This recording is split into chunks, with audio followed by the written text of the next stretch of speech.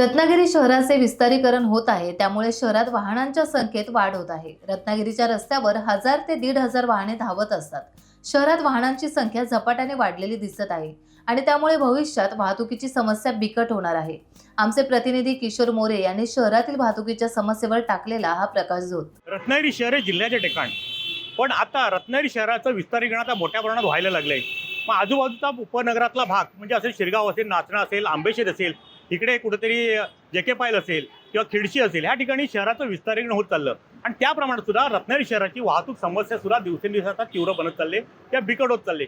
आज दिवसभरामध्ये आपण रत्नागिरी शहराच्या मध्य ठिकाणी मारुती मंदिरच्या जवळ माळनाक्याच्या स्कायवॉकवरती आपण या ठिकाणी उभे आहोत। त्या ठिकाणी आपण पाहतोय की रत्नागिरी शहरातली वर्दळ किंवा वाहनांची संख्या दिवसेंदिवस किती वाढते। क्षणाक्षणाला गाड्या इकडून तिकडे जात आहेत, टू व्हीलर असेल, चारचाकी असेल आणि एकंदरीत दिवसभरातल्या किंवा दिवसा सध्याची परिस्थिती पाहिली तर शेकडो वाहनं रत्नागिरीच्या रस्त्यावरून धावताना दिसत आहेत। पण ज्यांना पार्किंगची समस्या हा आता मोठा भविष्यातला विषय आहे।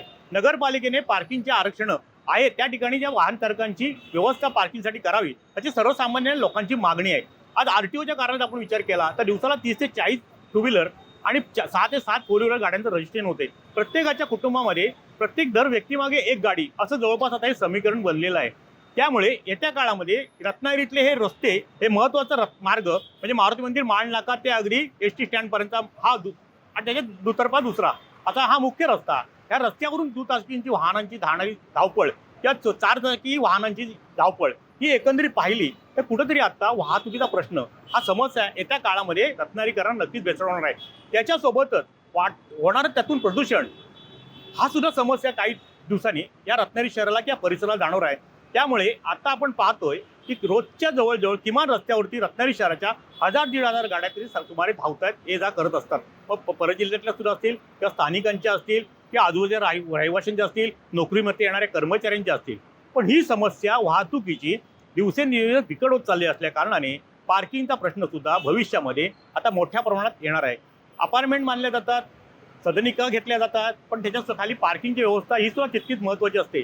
त्यामुळे आता बांधकाम व्यावसायिक सुद्धा पार्किंगची जागा ही सुद्धा सदनिका खरेदी करताना सुद्धा त्याच्यामध्ये काही आकार घेऊन किंवा पैसे घेऊन ती दिली जाते, जेणेकरून माझ्या स्वतःच्या सदनिकेच्या खाली माझं स्वतःचं पार्किंग असावं ही त्या माणसाची सदनिका घेणाऱ्या ग्राहकाची किंवा ग्राहकाची अपेक्षा असते। आणि त्यामुळे आता रत्नागिरी शहराचा विचार केला तर येत्या काळामध्ये वाहनांची संख्या आणखीन वाढणार या दुमत नाही। त्याचबरोबर पार्किंगची समस्या हा एक रत्नागिरीकरांना येत्या काळातला मोठा डोकेदुखीचा विषय ठरणार आहे।